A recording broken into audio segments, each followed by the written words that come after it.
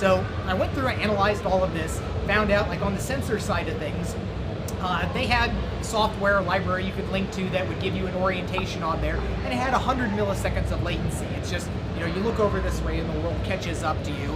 So I thought, well, why is this that bad? I took raw sensor data from it instead of their orientation result from it, and I took the integration code that I used at Armadillo Aerospace with our fiber optic gyros for our rockets, pull that over, integrate it, all of a sudden that's much better. Then I go one step further. I contact Hillcrest Labs was the company that made the little sensor there. I send them an email. It's one of those days where it's good to be me. They knew who I was, and they said, "Oh, this is cool." And they actually made a custom firmware for me that doubled the update rate, going from 125 to 250.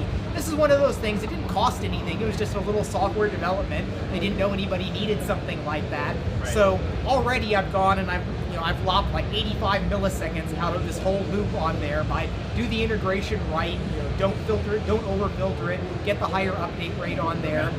I do the stuff that I know how to do well about making sure that you don't let the GPU driver buffer an extra frame, because left to themselves, the GPU will buffer a frame or two so they can maximize their benchmark scores on there, but you actually have to stick in fences and say, no, stop here, I mean it, then I'm going to read sensor data. And I can do some things like, one of the tricks I always wanted to try was, traditionally in gaming, you read a sensor, you do your simulation, then you do your rendering on there. In modern games on consoles and multiprocessors, you overlap those two. So you're rendering frame in while you're simulating frame in +1.